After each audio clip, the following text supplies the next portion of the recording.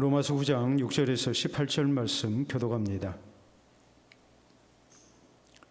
그러나 하나님의 말씀이 폐하여진 것 같지 않도다. 이스라엘에게서 난 그들이 다 이스라엘이 아니요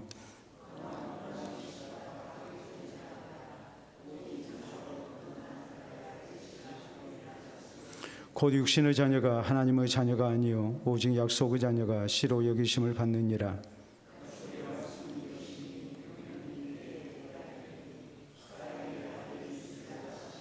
그뿐 아니라 또한 리브가가 우리 조상 이삭 한 사람으로 말미암아 임신하였는데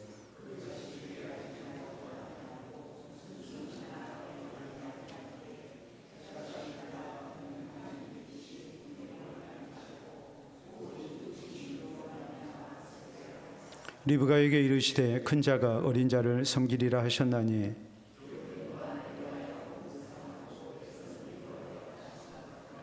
그런즉 우리가 무슨 말을 하리요 하나님께 불의가 있느냐 그럴 수 없느니라.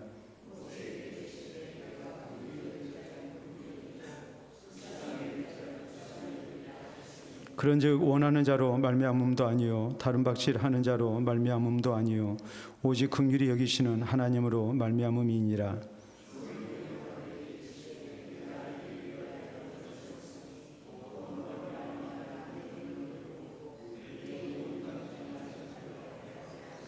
그런즉 하나님께서 하고자 하시는 자를 긍휼히 여기시고 하고자 하시는 자를 완악하게 하시느니라.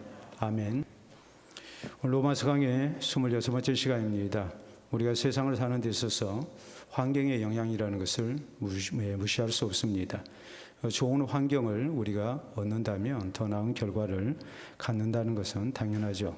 공부를 하는 데 있어서 또 예능이나 운동 등 이런 데 있어서 좋은 환경을 허락받는다는 것, 그것은 분명히 굉장히 좋은 인생 조건임에 틀림이 없습니다. 여러분 가운데 그런 분들 분명히 있으실 겁니다. 내가 좀 더 좋은 환경에서 태어났으면 내가 공부도 더 했을 것이고 또 그로 인해서 지금의 내 모습이 분명히 달라졌을 것이다. 우리가 그런 생각 다 할 수 있는 것 아니겠습니까? 그렇기 때문에 우리는 자녀들에게 이왕이면 더 좋은 환경을 물려주기 위해서 또 조성하기 위해서 부모로서 책임을 다하고자 노력을 합니다. 이런 환경에 이런 엄청난 영향과 그 결과를 놓고 우리가 흔하게 사용하는 말이 있습니다. 바로 맹자의 어머니가 자식을 교육시키기 위해서 3번 이사를 했다. 맹모 삼천지교라는 그런 이 한자어를 우리가 잘 압니다. 그뿐만이 아니죠. 강남에 이 귤을 강북에 심었더니 거기에 귤이 열린 게 아니라 뭐가 열렸다는 겁니까? 탱자가 열리더라. 환경이라는 것이 품종보다도 토질이 기후 조건이 더 중요하다라는 것을 분명히 말씀을 하죠. 그래서 오늘날 참 좋지 않은 얘기지만 수전원이라는 말이 나오고 있는 것 아니겠습니까?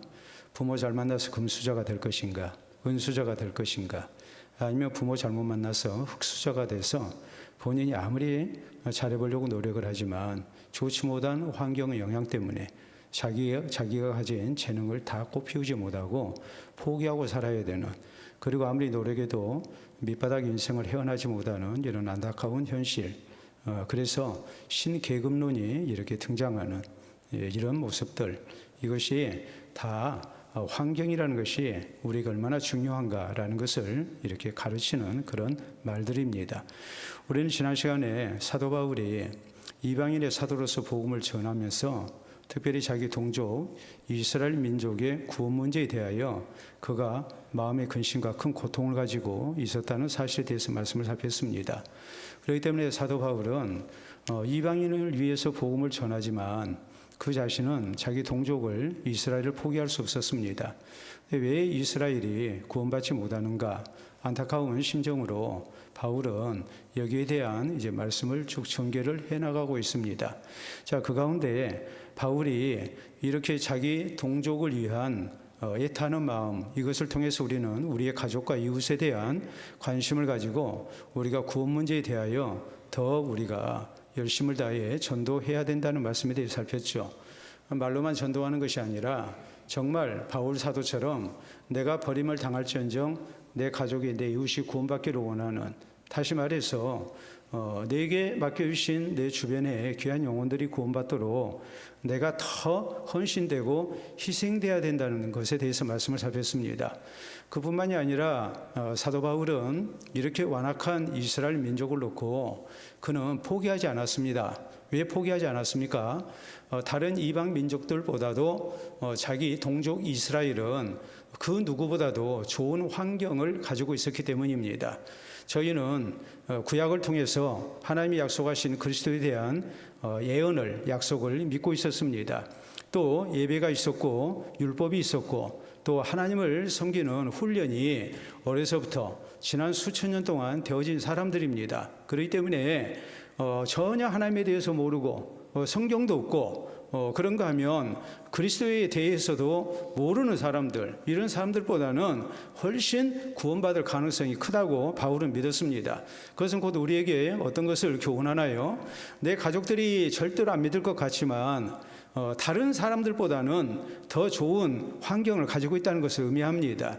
다시 말해서 오늘 예수 그리스도를 구주로 믿는 내가 이제 한 가정 안에 있습니다. 또 저희의 영혼을 염려합니다. 또 저희를 위해서 늘 기도합니다. 그리고 그리스도인으로서 내가 바로 살기 위해서 노력을 합니다. 우리가 더 희생하고 또 헌신됩니다. 이런 일들을 통해서 분명히 하나님의 때가 되면 구원을 얻게 하실 것이라는 이런 소망과 확신을 가지고 우리가 가족들을, 우리의 이웃을 절대로 포기해서는 안 된다. 이것이 우리가 지난 시간에 살폈던 말씀의 내용입니다. 자, 그런데 오늘 성경 말씀은 이스라엘 백성은 이 세상의 어떤 다른 민족보다도 구원받을 가능성이 더 크단 말이에요. 그 이유는 환경 자체가 그래요. 이방 민족보다는 훨씬 환경이 좋아요. 저희는 종교적인 그런 환경 속에서 어려서부터 자라났고 민족적으로 하나님을 경외하고 또 하나님의 말씀을 붙들고 사는 사람들이고 또 하나님을 향한 예배와 기도가 있는 백성들이에요. 또 하나님이 약속하신 그리스도를 간절히 기다리고 있는 사람들이에요. 영적인 환경을 놓고 볼 때에 그 어떤 민족보다도 저희가 구원 얻을 가능성이 큰 사람들입니다. 근데 문제는 왜 안 믿느냐는 거죠. 이렇게 좋은 환경인데 왜 안 믿느냐는 거예요. 이건 좀 이상하지 않습니까? 환경이 좋지 못해서 믿지 아니한다면 이해가 됩니다. 근데 누구보다도 좋은 환경을 허락받은 이스라엘 민족들인데 왜 안 믿는가? 바울 사도의 입장에서는 더더욱 그렇죠. 이방인들 하나님을 모르고 율법도 없고 또 그리스도도 모르고 또 예배도 없고 기도도 없고 이런 사람들에게 그리스도의 복음을 증거했을 때 이들은 믿는데, 이 좋지 못한 환경 속에서도 믿는데 왜 이렇게 좋은 환경을 가진 이스라엘 백성들은 믿지 아니한가? 이건 참 답답한 일이지 않겠습니까? 여기에 대해서 사도 바울은 거기에는 그럴 만한 이유가 있다는 사실을 말씀을 합니다. 하나님의 뜻이 있다는 거죠. 신앙적인 이유가 있다는 거예요. 자, 그렇기 때문에 우리 성도가 내가 아무리 애를 쓰고 또 내가 아무리 희생하고 또 기도하고 해도 하나님의 응답이 나타나지 아니하는, 그래서 가족 구원에 대해서 거의 포기하다시피 되어버린 이런 상황 속에서 우리가 왜 이런 일이 있을까? 환경이 좋음에도 불구하고 신앙을 갖지 못하는 그런 가족들을 보면서, 이웃을 보면서 우리가 여기에서 어떤 하나님의 뜻을 찾아야 될 것인가? 그리고 그 뜻 가운데에 우리가 흔들림 없이 신앙을 지키고 또 가족 구원을 위해서 우리가 더 수고해야 될 것인가? 이것을 우리가 오늘 성경 말씀을 통해서 살펴야 된다는 말입니다. 자, 그러면 이스라엘 민족은 그 어떤 민족보다도 이렇게 하나님을 경외하고 또 신앙으로 살 수 있는, 또 예수님을 믿을 수 있는 좋은 조건이 주어졌습니다. 더구나 자기들이 사는 땅에 예수님이 직접 오셨고 또 십자가에 달려 죽으시고 부활하셨습니다. 많은 이적을 행하셨습니다. 표적을 행하셨습니다. 그런데 믿지 않습니다. 이 좋은 환경 속에서 믿지 않는 거예요. 도대체 그 이유가 무엇일까요? 우리가 그것을 바로 알아야 된다는 말이에요. 그래서 오늘 성경 말씀은 첫째로 강조되는 게 뭐냐면 하나님의 주권적 선택 때문이라는 것을 강조를 합니다. 자, 거기 6절 이하에 있는 말씀 보도록 합니다. 그러나 하나님의 말씀이 폐하여진 것 같지 않도다. 이스라엘에게서 난 그들이 다 이스라엘이 아니요 또한 아브라함의 씨가 다 그의 자녀가 아니라 오직 이삭으로부터 난 자라야 내 씨라 불리리라 하셨으니 라고 말씀을 하죠. 하나님의 말씀이 폐하여진 것 같지 않도다. 하나님의 말씀이 맞다는 말이에요. 성경에 보니까 이스라엘에게서 난 그들이 다 이스라엘이 아니더라. 이스라엘은 하나님께서 택하신 백성들입니다. 아브라함의 후손들이에요. 그런데 아브라함의 후손이라고 해서 다 언약의 씨냐? 그건 아니지 않느냐 이 말이에요. 성경을 보니까 아브라함의 씨가 다 그의 자녀가 아니라 오직 이삭으로부터 난 자라야 내 씨라 불리라 하셨으니, 자, 아브라함에게 독자 이삭이 있었는가 하면 또 자기 아내 사라의 애굽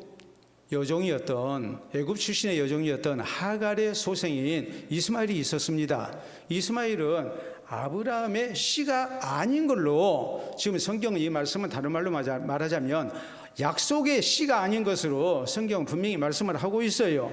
그래서 8절에 또 육신의 자녀가 하나님의 자녀가 아니오 오직 약속의 자녀가 씨로 여기심을 받느니라. 육신의 자녀는 바로 이스마엘을 말을 하죠. 하갈에게서 난 그 자손들은 육신의 자녀다. 대신에 이삭에게서 난 자들이 바로 약속의 자녀다. 이 자녀들, 이 후손이 하나님의 거룩한 백성으로 인치심을 받았다라는 것을 말씀을 합니다. 자, 9절에 약속의 말씀은 이것이니 명년 이때에 내가 이르리니 사라에게 아들이 있으리라 하심이라. 그뿐 아니라 또한 리브가가 우리 조상 이삭 한 사람으로 말미암아 임신하였는데 그 자식들이 아직 나지도 아니하고 무슨 선이나 악을 행하지 아니한 때에 택하심을 따라되는 하나님의 뜻이 행위로 말미암지 않고 오직 부르신 이로 말미암아 서게 하려 하사 리브가에게 이르시되 큰 자가 어린 자를 섬기리라 하셨나니 기록된 바 내가 야곱은 사랑하고 에서는 미워하였다 하심과 같으니라 라고 이렇게 말씀을 합니다. 자, 우리가 또 여기서 생각을 해야죠. 자, 이삭이 이제 자식을 낳습니다. 아내 리브가가 자식을 낳습니다. 근데 쌍둥이 아들이었습니다. 쌍둥이 아들인데 저희가 뱃속에 있을 때에 하나님께서 뭐라고 말씀하시냐면 큰 자가 작은 자를 섬기리라고 말씀을 하셨어요. 큰 자는 먼저 나온 자식을 얘기합니다. 누굴까요? 바로 에서입니다. 나중에 나온 작은 자는 바로 야곱입니다. 동생입니다. 그런데 큰 자가 동생을 섬기게 될 것이다. 그리고 이 야곱과 에서의 관계에 대해서 우리 하나님께서 하셨던 말씀은 뭐냐면 내가 야곱은 사랑하고 에서는 미워하였다과 같으니라 그랬어요. 자, 에서를 미워했다. 자, 이 말 오해하지 말아야 됩니다. 이 말의 의미는 원문의 뜻대로 말하자면 덜 사랑했다라는 말이에요. 여러분, 미워했다는 말과 덜 사랑했다는 말은 다르잖아요. 그러니까 하나님의 선택이 어떻게 이루어졌느냐, 이 아이들이 뱃속에 있을 때 저희가 무슨 일을 행하지도 않고 선함도 보이지 아니하고 악함도 없는 때에 하나님이 뱃속에 있는 아이들을 둘을 두고 누가 언약의 자녀가 될 것인가, 여기에 대해서 하나님께서 정하셨다 이 말이에요. 동생이 약속의 자녀가 될 거라는 것을 말씀을 하신 겁니다. 그 동생이 야곱이에요. 그러니까 여기서 분명한 사실이 드러나죠. 이것은 아버지가 정한 것도 아닙니다. 어머니가 정한 것도 아닙니다. 자기들끼리 뱃속에서 싸워가지고 승부를 본 것도 아닙니다. 이 모든 것은 누구의 주권적 선택이었습니까? 하나님의 주권적 선택이었어요. 하나님께서 정하신 일이었단 말이에요. 하나님이 동생 야곱을 더 사랑하셨어요. 그래서 야곱이 이삭의 적자로서, 자, 아브라함의 적자가 이삭이고 이삭의 적자가 야곱이 되게 하시는 이런 하나님의 절대 주권에 의해서, 주권적 은혜에 의해서 이렇게 택한 백성으로, 하나님의 백성으로 이렇게 인치심을 받았다라는 말입니다. 그렇기 때문에 이스라엘 백성 중에도 하나님의 주권적 선택에 의해 구원받을 사람이 있는 것이고, 또 반대로 구원받지 못할 사람도 있다는 말이에요. 이건 하나님의 주권적 선택에 의해서 되어진 일이에요. 자, 아시다시피 예수님이 육신을 입고 유대인으로 오셨습니다. 이스라엘 백성으로 오셨습니다. 그리고 예수님이 12 제자를 세우십니다. 자, 베드로랄지 또 그 외에 다른 제자들, 이런 사람들 다 유대인들, 이스라엘 사람들이죠. 택함 받은 거 아닙니까? 또 삭개오 같은 사람도, 마리아 같은 여인도, 그 외에 많은 사람들, 이스라엘 백성들이 구원을 받았어요. 예수님 당시에. 그 후에도 우리가 초대 예루살렘 교회를 보면 많은 이스라엘 사람들이 구원을 받았어요. 근데 이들은 구원받았지만 구원받지 못한 또 많은 이스라엘 사람들이 있어요. 그러면 이것은 무엇을 얘기하느냐? 우리 하나님의 주권적 선택에 의해서 구원받은 사람이 있는 것이고 없는 사람이 있다 이 말이에요. 그 수가 많으냐 적으냐의 차이일 뿐이지, 이스라엘 사람이라고 해서 다 구원받고 이스라엘 사람이라고 해서 다 구원받지 못하고 하는 것은 절대 아니다 이 말이에요. 하나님의 주권적 선택에 의해서 이스라엘 백성들 가운데서도 어떤 사람은 구원받고 어떤 사람은 구원받지 못하고 이렇게 되어진다는 것을 지금 말씀을 하고 있는 거예요. 그렇기 때문에 지금 현재 이스라엘 백성들이 구원받지 못하고 있다. 그러나 다 구원받지 못한 건 아니지요. 사도 바울이 복음을 전할 때 이방인 지역에 가서 복음을 전하면서 먼저 누구에게 전했습니까? 이스라엘 동족에게 가서 전했습니다. 그것은 다름이 아니고 바울 사도가 이방인의 사도로 세우심을 입었지만 바울은 자기 동족에 대한 애틋한 마음을 가지고 있었어요. 그리고 하나님이 바울에게 너는 이방인에게만 복음을 전하라 그렇게 말씀하지 않았어요. 하나님께서는 바울이 임금들과 그리고 높은 사람들 또 모든 사람들에게 복음을 전할 거라 그랬거든요. 근데 갈라디아서 2장에 보면 선교 협약이 맺어져요.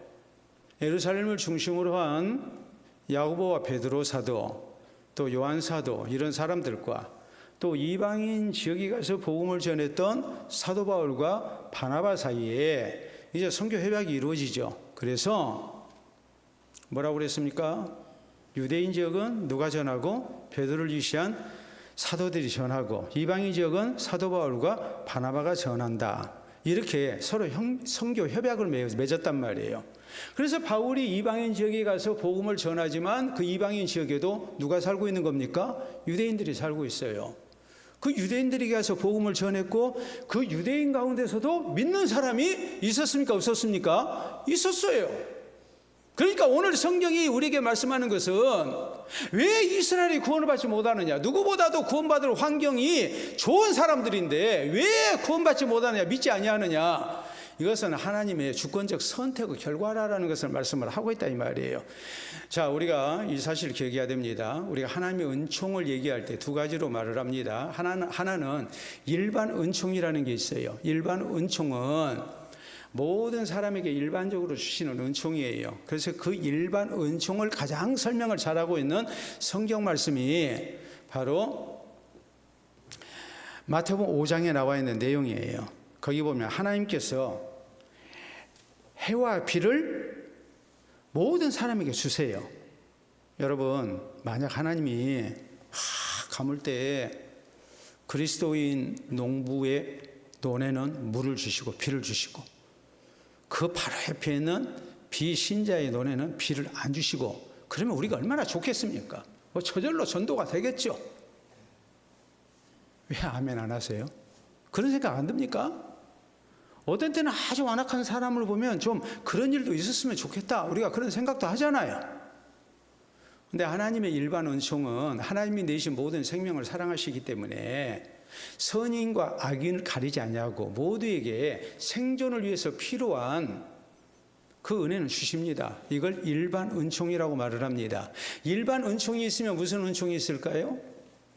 특별 은총이라는 게 있습니다. 특별 은총은 하나님께서 특별히 그 사람의 영혼을 감동감화시키셔서 하나님의 말씀을 듣게 하시고 예수 그리스도를 구주로 믿게 하시는 거예요. 이게 특별 은총이에요. 특별 은총은 모두에게 주어지는 것이 아니에요. 하나님이 택한 백성에게만 특별히 주어지는 거예요. 그러니까 이게 일반 은총과 특별 은총의 차이에 의해서 이스라엘 백성들 중에서도 구원받을 사람이 있는 것이고 구원받지 못할 사람이 존재하는 거라 이 말이에요. 내가 먼저 믿어서 구원을 받은 것이 아니에요. 하나님께서 나로 하여금 믿을 수 있도록 은혜를 주셔서 내가 예수님을 구주로 믿고 구원을 받게 된 겁니다. 우리의 행위 이전에 에서와 야곱이 뱃속에서 무슨 선이나 악이 보이지 아니할 때 하나님께서 이미 큰 자가 작은 자를 섬기리라고 하나님이 정하셨어요. 그와 마찬가지로 우리에게 무슨 선한 행위가 있기 전에 하나님이 나를 주권적으로 택하셨어요. 그래서 예수 그리스도를 구주로 믿게 하시고 하나님의 백성이 되게 하셨어요. 그래서 우리가 예수님을 구주로 믿는 것이지 내가 먼저 믿어서 구원받는 것은 절대 아니다 이 말이에요. 먼저 하나님의 은혜가 우리에게 있는 거예요. 주권적 선택이 있는 거예요. 이것을 성경은 에베소 1장 5절에 뭐라고 말씀하시는가? 그 기쁘신 뜻대로 우리를 예정하사 예수 그리스도로 말미암아 자기 아들들이 되게 하셨으니 그랬어요.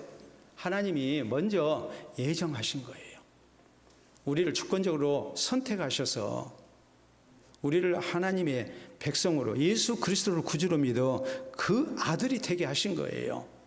이게 하나님의 주권적 선택이에요. 그래서 초대교회의 유명한 지도자였던 어거스틴은 이런 말을 합니다.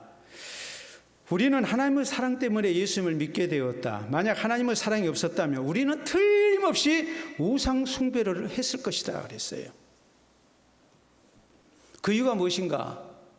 우리는 타락한 존재이기 때문이다 그랬어요. 하나님의 은혜가 없었다면 나나 여러분이나 우리는 절대 예수님을 구주로 믿을 수 없어요. 그리고 우리는 우상 숭배하고 있었을 거다. 왜요? 죄와 허물로 우리는 타락한 존재들이고 부패한 본성에 사로잡힌 자들이에요. 예의 없이 우리가 다 우상 숭배를 하게 될 겁니다. 자, 우리나라 역사를 놓고 보면 임금이나 혹은 왕자나 왕녀, 공주겠죠. 왕녀의 배우자를 구하는 과정이 있습니다. 그래서 결정을 하게 되면 우리가 뭐가 됐다고 그럽니까? 간택이 됐다는 말을 씁니다. 그러죠? 심사를 해가지고 여러 후보들 가운데서 간택을 하는 거예요. 간택은 뭐냐? 가릴 간자에 가릴 택자예요. 가리고 가려서 선택을 하는 거예요. 이게 간택이에요. 많은 조건을 보죠. 예? 왕비가 될 사람으로서 합당한가? 아니면 왕세자비가 될 사람으로 합당한가? 또 왕녀, 공주의 부군이 될 만한 자격이 있는 사람인가? 이런 것을 다 살펴가지고 모든 조건을 따져가지고 간택을 하는 거거든요. 그런 경우에 간택을 입었으면 뭐라고 그럴까요? 간택을 입었으면 뭐라고 그럴까요? 성은이 만극하옵나이다 그래요. 성은은 거룩한 은혜예요. 이것은 임금님의 은혜를 얘기할 때 성은이라고 그래요. 그리고 하나님의 은혜를 말할 때 성은이라고 그래요. 사람의 조건으로 다 맞아가지고 그 기준에 부합해가지고 간택을 입었어요. 그럼에도 불구하고 뭐라고 그래요? 성은이 만극하다고 그래요.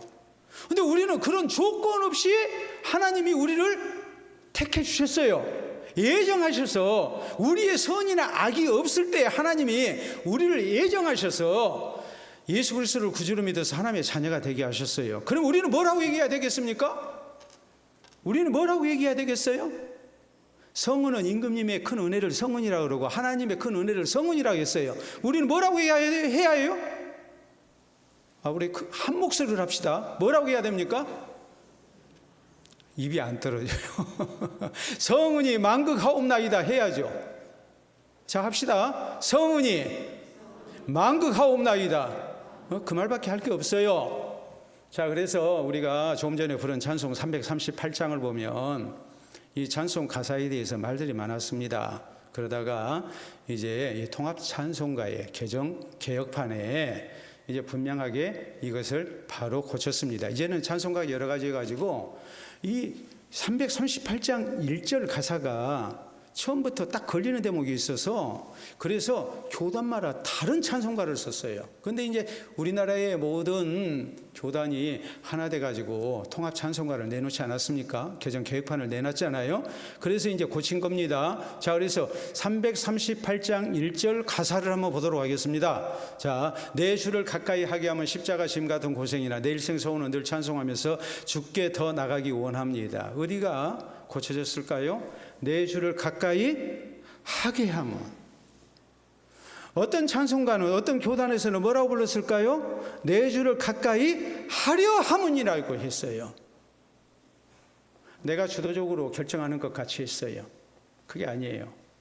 하나님의 주권적 선택에 의해서 절대적 은혜에 의해서 우리를 예정하셔서 우리에게 은혜를 주셔서 특별 은혜를 주셔서 우리로 주님을 가까이 하게 해주신 거예요.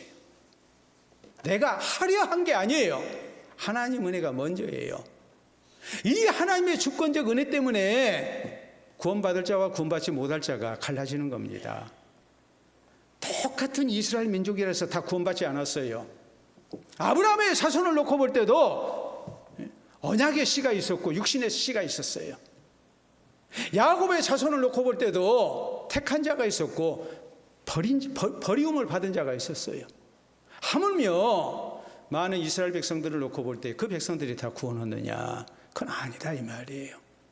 그러니까 이 좋은 환경 속에서 왜 믿지 아니하는가? 거기에는 그럴 만한 합당한 이유가 있다는 것. 그것은 다름이 아니라 하나님의 주권적 은혜가 주어졌느냐 주어지지 아니했느냐, 그 차이라는 것을 우리가 기억을 하고, 우리가 오늘 하나님의 주권적 은혜에 의해서 우리가 예정함을 입고 성령의 은혜 속에 예수를 구주로 믿어 구원받게 됐다는 것, 이것이 얼마나 감사한 일인가를 생각하고, 우리는 오직 뭐만 해야 돼요? 성은이 만극하옵나이다만 해야 해요. 이것이 우리가 가져야 할 바른 신앙의 자세예요. 자, 두 번째는 이스라엘이 이렇게 구원받을 만한 좋은 환경을 가지고 있는데 왜 많은 이스라엘 백성들이 구원받지 못하고 있는가? 거기에 대해서 하나님께 불의는 없다라는 사실을 강조합니다. 자, 많은 백성이 있는데 아니 하나님 왜 일부는 구원하시고 일부는 버리십니까? 그건 부당하지 않습니까? 내가 예수를 구주로 믿은 것이 하나님께서 내게 주권적 은혜를 허락하셔서 나를 예정하셔서 예수를 구주로 믿게 하셨습니다만 성은이 만극하죠. 그런데 하나님이 나를 택해 주시지 아니하셔서 내가 믿지를 못해요. 그러면 하나님이 불의한 거냐는 거예요. 하나님이 잘못했느냐는 거예요. 그럴 수 있잖아요. 왜 저 사람은 택해 주시고 나는 택해 주지 않습니까? 하나님 불공평합니다. 그 얘기 당연히 할 수 있잖아요. 근데 그런 말 할 수 있느냐? 절대 못한다. 하나님께는 불의가 없다. 이걸 우리에게 강조를 하고 있어요. 자, 이어지는 말씀 14절 말씀 보도록 합니다. 그런즉 우리가 무슨 말을 하리요? 하나님께 불의가 있느냐? 그럴 수 없느니라라고 말씀합니다. 누구는 선택하고 누구는 유기가 됐기 때문에 하나님은 불의하다고 말할 수 있지만 그럴 수가 없다라고 강조합니다. 그러면서 15절 말씀, 모세에게 이르시되 내가 긍휼히 여길 자를 긍휼히 여기고 불쌍히 여길 자를 불쌍히 여기리라 하셨으니 라고 그랬어요. 자, 이 대목을 우리가 좀 잘 이해를 해야 돼요. 이게 출애굽기 33장 19절에 있는 말씀이에요. 자, 출애굽기 33장 19절에 하나님께서 내가 은혜 베풀 자에게 긍휼히 여길 자를 긍휼히 여기고 불쌍히 여길 자를 내가 불쌍히 여기리라 라고 말씀을 하셨는데, 이 말씀의 배경이 무엇인가? 출애굽기 32장에 보면 모세가 십계명의 두 돌판을 받기 위해서 하나님 임재의 산인 시내산에 올라가서 40일 금식기도를 하고 이제 십계명의 두 돌판을 가지고 내려왔습니다. 근데 그 사이에 백성들이 아론을 협박해 가지고 모세는 산에 올라가서 내려오질 않고 하나님은 안 보이고 하니까 우리가 불안하다. 그러니까 우리를 인도하는 신을 만들어라 해서 결국 아론이 그 협박을 못 이겨서 금부지를 가져오라 해가지고 금송아지 우상을 만들었습니다. 금송아지 우상은 애굽의 우상을 본뜬 거였거든요. 그리고 뭐라고 그럽니까? 이스라엘아, 이는 너희를 애굽 땅에서 인도해낸 여호와로라 그랬어요. 눈에 보이는 하나님을 만든 거예요. 모세가 산에서 내려와 가지고 그 금송아지 우상 앞에서 백성들이 모여서 막 춤추고 막 그냥 난리를 피는 것을 보고 얼마나 분노했던지 십계명의 돌판을 던져서 깨버렸습니다. 그리고 이것이 하나님 앞에 큰 범죄인 것을 백성들에게 외치고 아론을 책망하고, 그리고 누구든지 여호와의 편에 선 자는 내게로 나오라 해서 레위 사람들이 나오니까 칼을 차고 나오라 해가지고 이스라엘 백성들 가운데 주모자들 3,000명을 잡아서 다 도륙을 해버렸어요. 다 죽여버렸어요. 그리고 하나님께 용서를 구하는 겁니다. 여호와여, 이 백성들의 죄를 사하여 주시옵소서. 만약 그리하지 아니하시려면 내 이름을 주의 생명책에서 지워버려 주옵소서 그랬어요. 그랬더니 하나님께서 모세의 이 피 끓는 기도를 들으시고, 그래 내가 너희를 용서해 주겠다라는 언지를 주십니다. 근데 모세 입장에서 이 하나님의 용서의 약속을 온전히 믿을 수가 없는 상황이 됐어요. 왜냐하면 분명한 증표를 안 주셨거든요. 그러니까 하나님을 향해서 하나님 증표를 주십시오 하고서 또 떼를 쓰기 시작합니다. 그러니까 하나님이 이 출애굽기 33장 19절 아까 모세의 기도까지가 출애굽기 32장이고 33장 1절부터가 하나님께서 네가 이 백성 데리고 와라. 하나님 나 못 갑니다. 우리를 인도할 자에 대해서 하나님이 말씀 안 하셨습니다. 하면서 이제 또 하나님께 막 때를 써요. 그러니까 하나님께서 이제 내가 함께하리라 하면서 이제 말씀을 하시니까 그러면 증표를 주십시오. 그랬더니 하나님께서 이 19절에 말씀을 하시는 거예요. 내가 긍휼히 여길 자를 긍휼히 여기고 불쌍히 여길 자를 불쌍히 여기리라. 이 말씀은 이런 의미예요. 백성들 가운데서 내가 봐서 긍휼히 여길 자는 긍휼히 여겨주고 불쌍히 여길 자는 불쌍히 여겨주겠다. 이 말의 의미는 뭘 의미합니까? 모두가 용서받는 건 아니라는 것을 의미해요. 그렇죠? 긍휼히 여길 자를 긍휼히 여기고 불쌍히 여길 자를 불쌍히 여겨주겠다라는 말은 모든 사람이 다 긍휼히 여김을 받고 불쌍히 여김을 받는다는 말이에요? 아니에요? 아니에요. 일부만. 이것은 하나님의 주권적 선택에 의해서 일부는 구원받고 일부는 구원받지 못한다는 것을 지금 말씀을 하고 있는 겁니다. 그리고 이 사실은 무엇을 말씀하느냐? 원래 이스라엘 백성들은 모두가 다 자신들의 범죄로 인해서 다 죽어야 할 자들이에요. 그런데 그 가운데 일부를 하나님께서 긍휼히 여겨주시고 불쌍히 여겨주신다는 것을 의미를 해요. 그러니까 결국 이것은 무엇을 말씀하느냐? 원래가 멸망을 당하기로 돼 있는 백성들 가운데 하나님이 일부를 긍휼히 여기시고 불쌍히 여겨주셨는데 그러면 하나님이 불의합니까? 모두를 용서해야 됩니까? 그건 아니잖아요.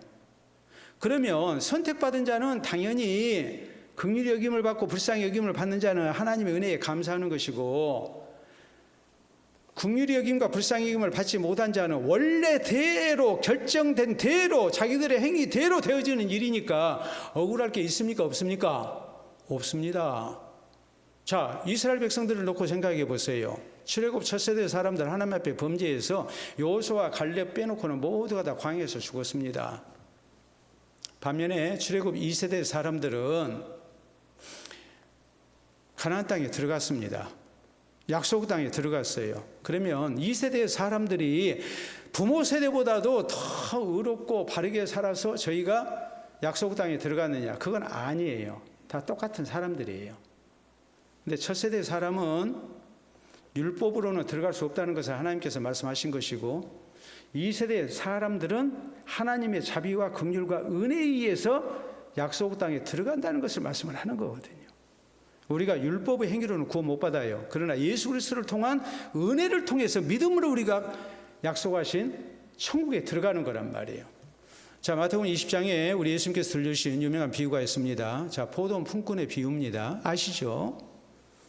어떤 포도원 주인이 포도 수확철이 돼서 인력 시장에 나가서 포도원 품꾼을 구합니다. 그래서 아침 6시에 지금 시간으로 하자면 해 뜨는 시간이 0시예요. 그때 나가서 품꾼들을 구했습니다. 그리고 난 다음에 3시간 후에 다시 나가봤더니 놀고 있는 자들이 있어요. 너 왜 노느냐? 그랬더니 우리를 품꾼으로 쓰는 자가 없습니다. 그래서 그러면 놀지 말고 우리 포도원에 가서 일을 해라. 해서 또 사람들을 또 몇 데려왔어요. 또 3시간 지나서 9시가 돼서 6시가 돼서 그러니까 6시면 정오입니다. 3시는 9시고 6시가 0시니까 해 떠서 해질 때까지가 12시간이니까요. 그러니까 거기다 6시간을 더하면 지금 시간이 나오거든요. 3시에, 6시에, 9시에, 그리고 12시, 11시에. 11시면 오후 5시예요. 그때마다 나가가지고 놀고 있는 사람들이 있으면 왜 노는가? 품꾼으로 불러주니까 없어서 그랬습니다. 그러지 말고 내 포도원에 들어와서 일해라 해서 이 사람들이 일을 했어요. 자, 품삯을 계산합니다. 맨 나중에 왔던 사람들, 오후 5시 온 사람들, 11시 온 사람, 이 사람들에게 노동자 하루 품삯인 한 데나리온을 줬습니다. 그랬더니 나머지 사람들이 기대에 부풀었어요. 야, 주인이 인심이 좋은 사람이구나. 우리에게 한 데나리온에 약속을 했지만 더 주겠구나 생각하고 기대에 부풀어 있었어요. 1시간 일한 사람을 한 데나리온을 줬으니까 12시간 일한 사람은 더 기대하지 않았겠습니까? 그때 똑같이 한 데나리온을 주는 거예요. 그러니까 볼멘소리를 하는 거예요. 우리는 온종일 고생했는데 어떻게 1시간 일한 사람하고 똑같이 취급합니까? 이건 노동법 위반입니다. 그럴 수 있잖아요. 근데 근로계약서에 얼마라고 썼어요? 한 데나리온이라고 썼어요? 안 썼어요? 한 데나리온이라고 썼어요. 한 데나리온 줬으니까 그걸로 끝난 겁니다. 주인이 말합니다. 야 이놈들아, 내가 내 것을 가지고 내가 주는데 너희들 받을 것 정당하게 받았으면 그걸로 끝이지 왜 그걸 가지고 내가 악하다고 하느냐, 말이 안 되지 않느냐라고 말을 합니다. 이것은 무엇을 얘기합니까? 하나님의 은혜로 우리가 구원을 받는다는 걸 말해요. 어려서부터 신앙생활을 한 사람이나 죽을 때 침상에서 예수님 구주로 믿고 세례받고 구원받은 사람이나 똑같이 구원받지, 하나님 은혜로 우리가 구원받지 다른 걸로 구원받는 게 아니라는 것을 말씀하고 있는 거예요. 그러므로 우리가 뭐 해야 되겠습니까? 잘못된 생각을 우리가 버려야 돼요. 잘못된 신학 사상 가운데 뭐가 있냐면 만인 구원설이라는 게 있습니다. 만인 구원설이라는 것은 하나님은 사랑의 하나님이시기 때문에 모든 사람이 다 구원받는다, 예수님 안 믿어도 구원받는다 그래요. 근데 그게 아니에요. 만인 구원설은 말 그대로 이단들이 주장하는 잘못된 신학 사상이에요. 하나님은 주권적 은혜에 의해서 일부만 택하신 거예요. 왜 일부만 택하셨는가? 나머지는 모두가 다 멸망받게 돼 있어요. 죄로 인해서. 자기 죄값으로 멸망받게 돼 있는 거예요. 어떤 사람이 내가 막 믿어보려고 애를 썼는데 하나님이 너 믿지 마 해가지고 막아가지고 그 사람이 구원받지 못한 게 아니고, 안 믿은 사람은 원래 안 믿기로 되어 있는 사람, 죄로 인해서 타락한 사람들이에요. 근데 그런 사람들 가운데 일부를 하나님이 택해 주셔서 예수님을 구주로 믿게 하셨단 말이에요. 그러니까 우리는 하나님 은혜에 감사할 것밖에 없는 거고, 멸망받게 된 사람들은 원래 정해진 대로 가는 거니까 불평할 것이 없는 거예요. 자, 여러분 사진 하나 보도록 하겠습니다. 누굴까요? 션과 혜영이라는 신실한 그리스도인 부부입니다. 션은 진우션이라 해서 이제 그 가운데 한 사람인데 굉장히 기부를 많이 해요. 그리고 이 지구촌에 참 어려운 아이들 후원자가 돼가지고 많은 아이들을 이렇게 후원을 합니다. 300명을 후원합니다. 안 놀라네요. 그 돈이 얼마냐? 한 달에 3천만 원으로 후원을 합니다. 근데 저런 사람에게 얘기하기를, 야 300명이 뭐냐? 이 땅에 굶어 죽는 지구촌의 아이들이 얼마나 많은데 300명이 아니라 3,000명을 해야지. 너 돈 많잖아. 3천만 원이 뭐야? 한 3억쯤 해야지. 그런 말 할 수 있습니까? 그런 말 할 수 있어요? 저 사람이 300명 후원했다고 그래서 월 3천만 원 후원했다고 그래서 적다고 우리가 비난할 수 있습니까? 다음 사진 보도록 하겠습니다. 자, 차인표와 신혜라 부부입니다. 저 사람들도 아주 신실한 그리스도인 부부예요. 첫 아이를 낳고 둘째, 셋째는 입양을 했습니다. 그리고 잘 키워서 이제 막내딸이 미국 버클리대에 이렇게 입학을 했습니다. 그러면 과원에 고아들이 얼마나 많은데 돈 있는 사람이 2명밖에 입양 안 했어? 야, 한 20명쯤 해야지. 우리가 그럴 수 있습니까? 우리가 비난할 수 없어요. 하나님께서 원래 멸망받기로 되어 있는 우리들 가운데 일부를 하나님이 택하셨어요. 주권적 선택을 하셨다고요. 주권적 은혜에 의해서 우리에게 예수님을 구주로 믿게 해주셨어요. 그래서 우리가 구원받았어요. 그런데 나머지 사람들 버림받았다고 해서 자기들 원래 죄값으로 멸망을 당하게 돼 있는 것에 대해서 하나님이 불의하다고 우리가 말할 수 있느냐? 절대 말할 수 없는 거예요. 하나님은 불의하시지 않습니다.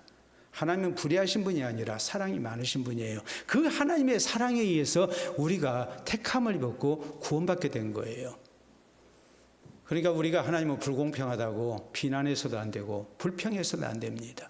오직 우리가 구원받은 것에 대해서 감사해야 됩니다. 이스라엘의 많은 백성들이 버림받았다 해서 하나님이 불의하시지 않다. 이것이 오늘 사도 바울이 강조하고 있는 내용이에요. 세 번째 어떤 말씀을 하는가? 이스라엘을 하나님이 왜 택하셨느냐라는 거예요. 여기에 대해서 사도 바울은 저희는 구원적 선택이 아니라 사명적 선택을 받았기 때문이라고 말씀을 해요. 구원에는 두 가지가 있어요. 구원적 선택이 있고 또 하나는 사명적 선택이 있어요. 구원적 선택이라는 것은 죄인된 우리를 사랑하셔서 하나님의 주권적 은혜에 의해 선택하셔서 예수님을 구주로 믿게 하신 겁니다. 구원하시기 위해서. 또 하나님은 하나님의 뜻을 이루시기 위해서 사명적 선택이라는 걸 하시게 됩니다. 그래서 하나님의 뜻을 이루시는 겁니다. 구원적 선택을 받아가지고 사명적 선택까지 받은 사람이 있는가 하면 사명적 선택은 받았는데 구원적 선택을 받지 못한 사람이 있다는 것을 지금 말씀하고 있는 거예요. 그 가운데 대표적인 사람들이 바로 이스라엘에 구원받지 못한 많은 사람들이다 이 말이에요. 이것이 무엇을 의미하는가? 하나님이 이스라엘 백성들을 선민 삼으신 것은 저희의 역사와 하나님과의 관계에 의해서 하나님이 어떤 분이신가를 세상에 알리시고 이스라엘 민족의 혈통 속에서 우리의 구주 되시는 예수 그리스도를 세상에 나게 하시고 하나님의 구원 역사를 이루시기 위해서 하나님은 이스라엘을 사명적으로 선택을 하신 겁니다. 그러니까 사명적 선택이 하나님의 구원적 선택을 보장하는 건 아니다 이 말이에요. 자, 그래서 거기 한번 봐보세요. 16절부터 그런즉 원하는 자로 말미암음도 아니요 다른 박질하는 자로 말미암음도 아니요 오직 긍휼히 여기신 하나님으로 말미암음이니라. 우리가 원해서 구원받는 것도 아니고 하나님 은혜가 먼저 있어야죠. 선택이 있어야죠. 다른 박질 열심을 냈다고 해서 우리가 구원받는 게 절대 아니다. 긍휼히 여기신 하나님 은혜로 우리가 구원받는 거다. 자, 17절 성경에 바로에게 이르시되 내가 이 일을 위하여 너를 세웠으니 곧 너로 말미암아 내 능력을 보이고 내 이름이 온 땅에 전파되게 하려 함이라 하셨으니 그런즉 하나님께서 하고자 하시는 자를 긍휼히 여기시고 하고자 하시는 자를 완악하게 하시느니라 라고 성경 말씀합니다. 자, 여러분 보세요. 하나님께서 바로는 애굽의 왕인 파라오를 얘기합니다. 이스라엘 백성들이 애굽의 노예로 잡혀 있었을 때 애굽의 바로에 의해서 이스라엘 백성들이 굉장한 억압을 당하고 학대를 당하고 그리고 강제 노예에게 시달리고 인종 청소를 당했습니다. 근데 하나님께서 모세를 통해서 하나님의 약속 때에 이 백성들을 하나님의 놀라운 능력 가운데 구원해 내셨습니다. 10가지 재앙을 나타내셨죠. 근데 10가지 재앙을 나타내실 때 바로가 되게 말을 안 들어요. 한 번 재앙을 당했는데 굴복을 안 합니다. 두 번째 재앙을 당해도 굴복을 안 합니다. 그래서 세 번째, 네 번째, 다섯 번째 계속해서 바로가 완악함으로 대항을 하는 거예요. 그런데 그 완악함으로 대항하는 것이 결국에 더 무서운 하나님의 징벌, 초자연적인 이적이 나타나가지고 하나님이 어떤 하나님이신가를 드러내는 결과를 가져와요. 지금 그 말씀이에요. 바로의 완악함을 통해서 하나님의 위대하심이 드러나고 있는 거예요. 그러니까 하나님께서 바로를 완악하게 하셨다. 이 말의 원문적 의미는 뭐냐면 완악한 상태로 그냥 그대로 내버려 두셨다라는 말이에요. 그래서 상대적으로 누구를 드러내는 거예요? 하나님의 위대하심을 드러내는 거예요. 사명적 선택이에요. 이스라엘 백성도 마찬가지예요.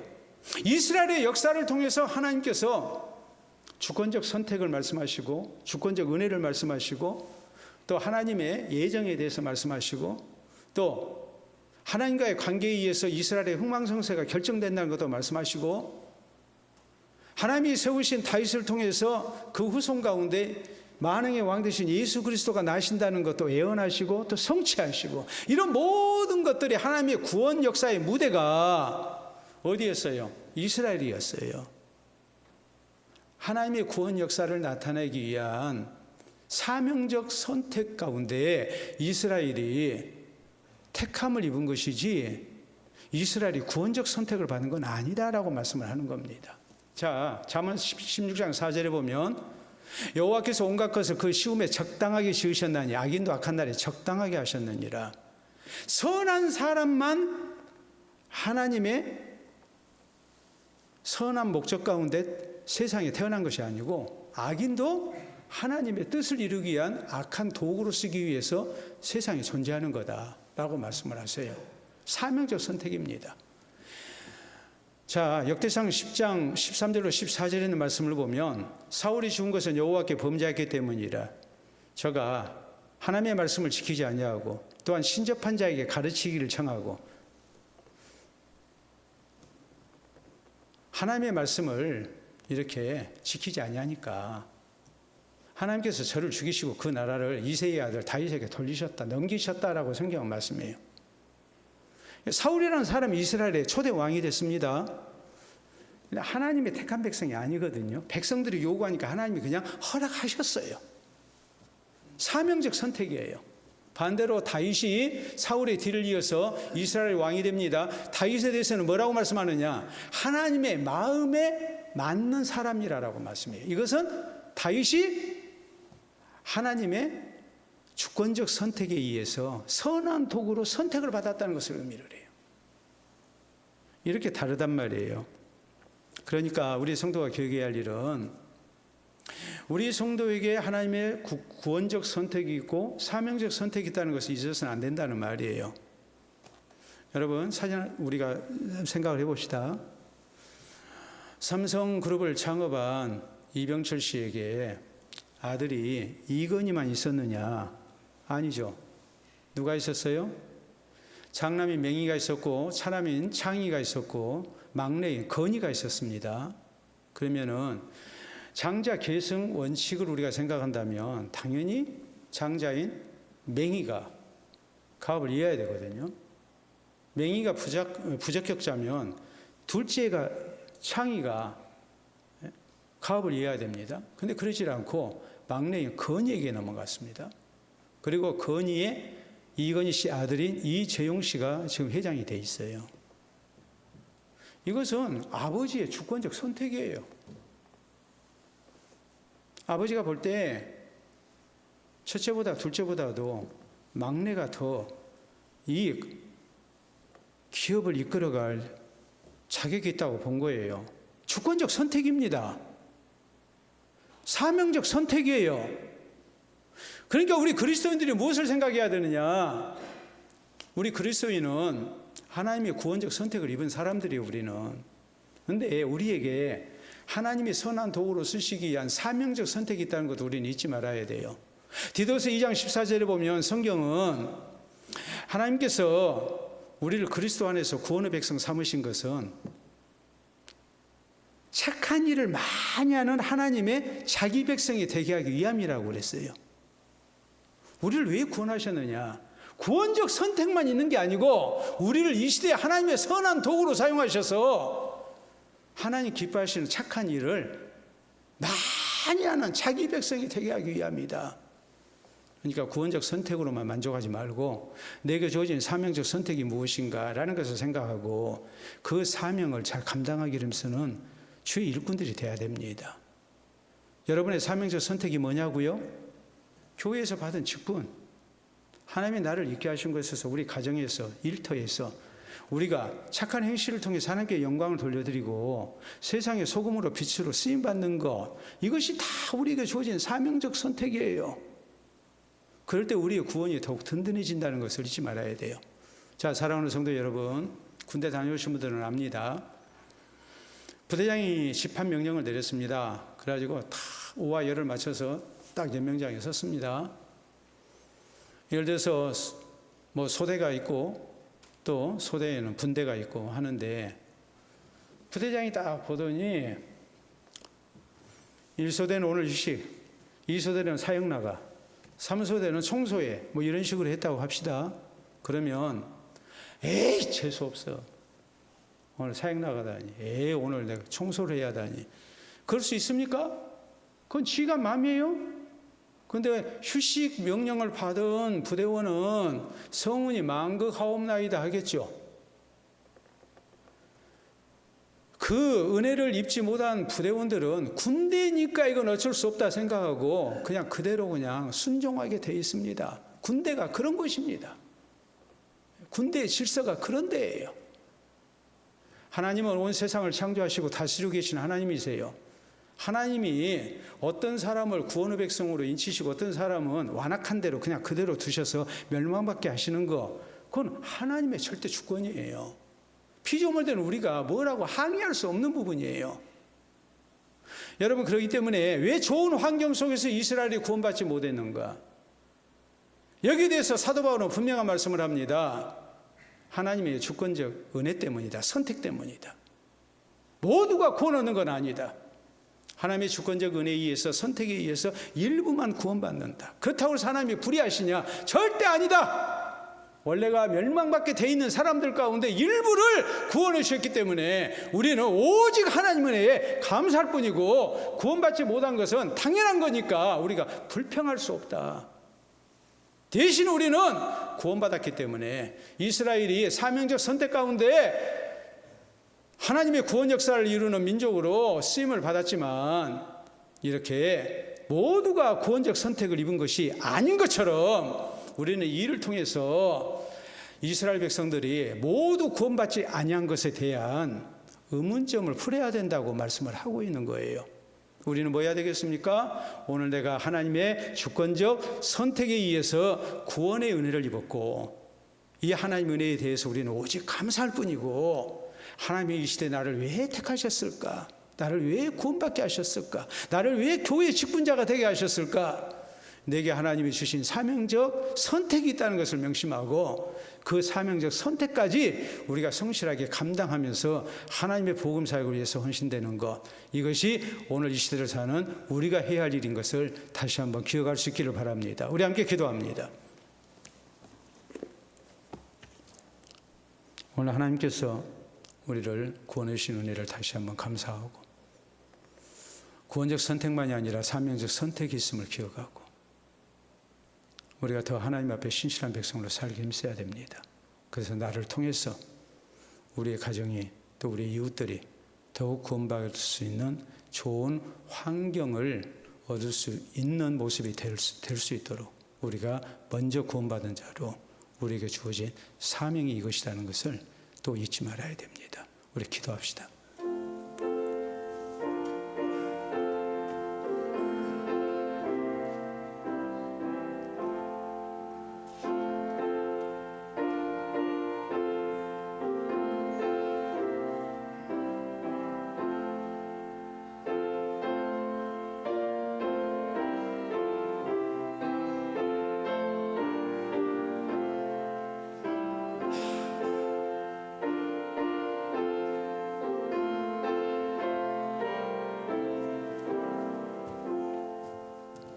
자비로우신 우리 아버지, 은혜를 진심으로 감사합니다. 우리 하나님의 사랑과 은총 가운데 우리를 구원의 백성으로 인쳐주시고, 또 이 시대를 위한 하나님의 사람으로 귀한 사명과 가지고 신앙생활할 수 있도록 은혜 주신 것 감사합니다. 하나님의 크신 사랑을 우리가 기억하며 주님의 구원의 은총을 늘 잊지 않게 하시고, 또 우리를 향하신 하나님의 거룩하신 사명과 뜻을 우리가 기억하며 하나님을 영화롭게 하는데 귀하게 쓰임받기를 원합니다. 또 우리 있게 하신 곳에서 우리에게 주어진 사명 기억하여 우리가 주님 나라 사역을 위하여 아름답게 헌신되게 하시고, 우리 주변의 가족과 이웃들에게까지 우리 하나님의 놀라운 구원의 은총이 임하도록 주님, 우리가 주어진 사명을 잘 감당할 수 있기를 원합니다.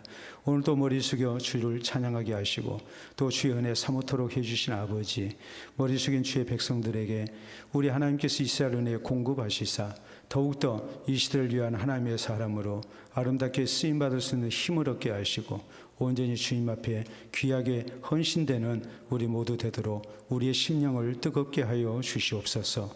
예수님 이름으로 기도하옵나이다. 아멘.